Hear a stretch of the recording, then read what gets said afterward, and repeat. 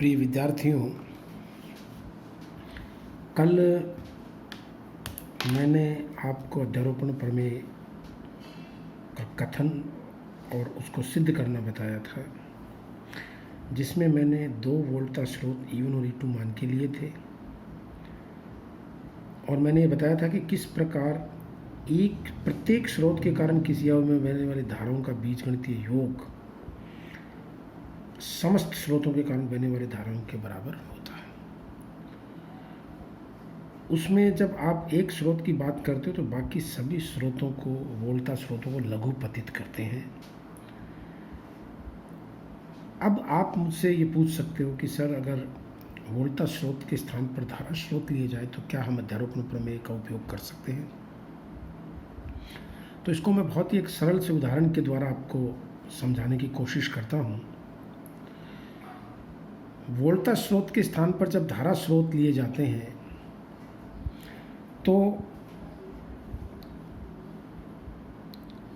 इसके कथन में कोई विशेष परिवर्तन नहीं आता। केवल हम ये बोलते हैं कि परिपथ के किसी भी अवयव में प्रवाहित कुल धारा का मान प्रत्येक धारा स्रोत के कारण प्रवाहित धाराओं के बीजगणितीय योग के बराबर होता है, जबकि स्रोत को खुला रख दिया जाए दूसरे स्रोतों को। यानी उदाहरण के तौर पर एक हम पाई जाल की कल्पना करते हैं। देखिए, ये तुल्य पाई जाल है। पाई जाल क्यों है? क्योंकि इसकी रचना इस ग्रीक लेटर पाई की जैसी है। एक प्रतिरोध ये और 2 ये, तो 4 ओम, 2 ओम और 6 ओम का एक तुल्य पाई जाल, और उसके दोनों तरफ लगे हुए धारा के स्रोत, ये 10 एम्पियर धारा प्रवाहित करने में कैपेबल है, ये 20 एम्पियर धारा प्रवाहित करने का कैपेबल है। मान लो मैं 2 ओम के इस अवयव में इन दोनों के कारण प्रवाहित धारा का मान ज्ञात करना चाहता हूँ। तो अध्यारोपण प्रमेय क्या कहती है कि जब आप 10 एम्पियर का स्रोत इस्तेमाल करते हैं, उसके कारण धारा प्रवाहित कर रहे हैं, तो वो 20 एम्पियर वाले स्रोत को आप खुला करेंगे। मान लो गलती से आपने जैसे ये लघुपतित कर दिया, इसको हटा तो दिया, लेकिन याद वोल्टा वाली रह गई, ऐसे लघुपतित कर दिया तो हमारा काम गलत हो जाएगा। इसलिए मैंने ये पहले लघुपतित किया, फिर इसको क्रॉस इसलिए किया ताकि आपको समझ रहे कि हमें इसे ओपन ही रखना है। तो इसको ओपन रख दिया तो ये 4 ओम का प्रतिरोध 2 और 6 आपस में श्रेणी क्रम में आ जाएंगे और उनका संयोजन 8 ओम 4 के समानांतर क्रम में होगा। तो इसके कारण मान लो I1 धारा प्रवाहित होती है सिरे C से E की तरफ, C से E की तरफ और E से F की तरफ। ये धारा क्योंकि ब्रांच हो गई है तो ब्रांच में धारा का मान I1 रहेगा। तो इस I1 का मान मैं बहुत ही सरल रूल से, जो मैंने आपको पहले धारा के विभाजन का एक सिद्धांत बताया था कि जब C बिंदु पर इसके धारा के 2 टुकड़े होंगे, I1 इधर जाएगा तो बची हुई 10 - I1 इधर आएगी। तो आप I1 का मान ज्ञात कर सकते हो। सामने की भुजा का प्रतिरोध 4 ohm divided by total resistance 12 ohm. Total resistance 12 ohm, तो धारा का मान आ गया 10/3 एम्पियर। और ये धारा की दिशा में लिख देता हूँ C से E की तरफ, C से EF। अब मैं 20 एम्पियर के स्रोत के कारण धारा इसमें 2 ओम में निकालने के लिए इस 10 एम्पियर के स्रोत को खुला करता हूँ। तो देखिए 6 ओम और फिर 6 और 2 8 हो जाएंगे। तो मैंने यहाँ पे ये 8 लिख दिया है। तो 6 और 2 8, 4 और 2 6 हो जाएंगे, तो ये 6 हो जाएगा। 4 और 2 6, और इसके सामने ये 6 ओम का प्रतिरोध।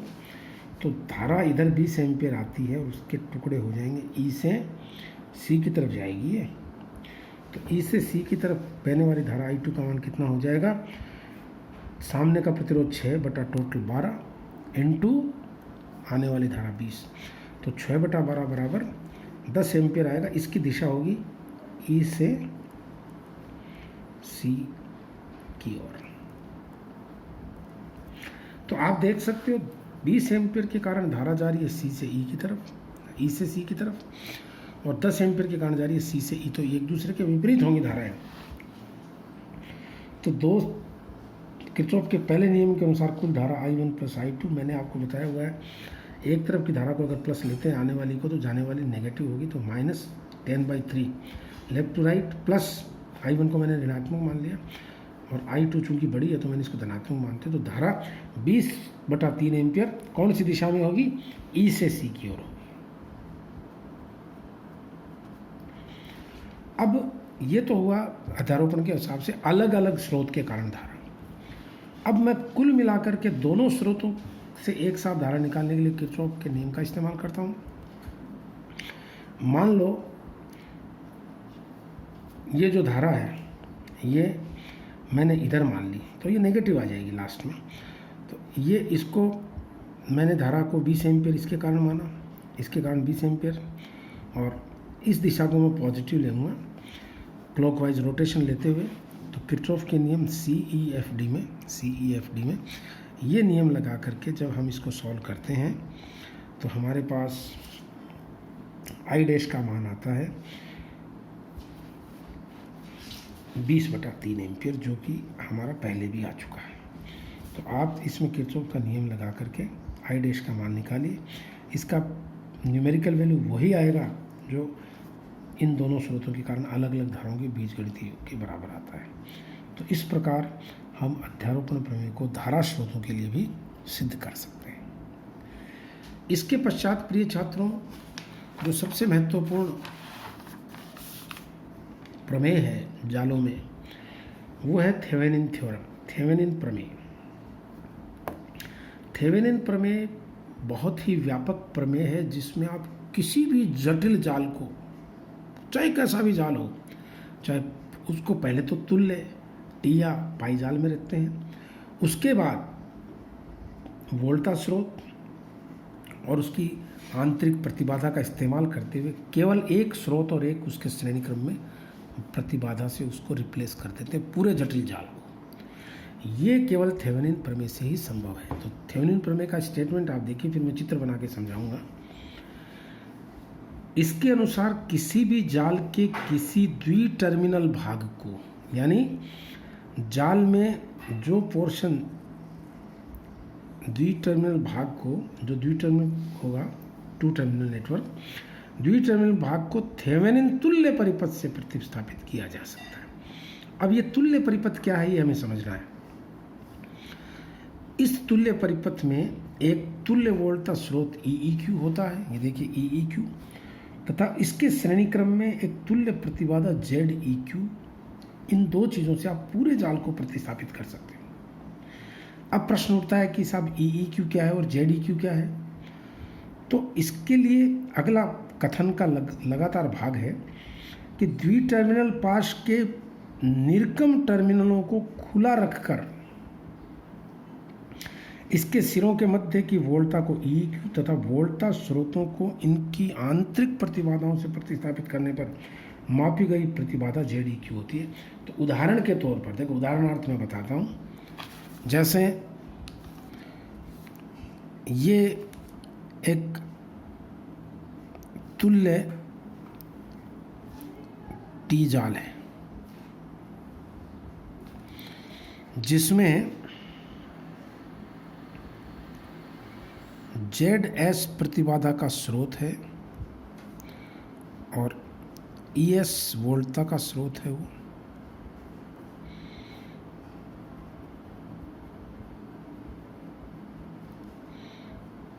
मैं यहाँ तक ले जाता हूँ इसको, और ये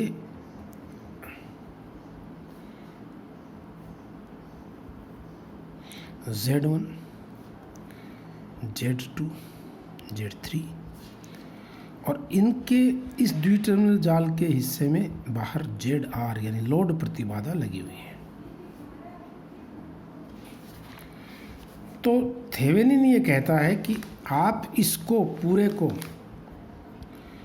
एक वोल्टा स्रोत और उसके श्रेणी क्रम में एक प्रतिबाधा से रिप्लेस कर सकते हो।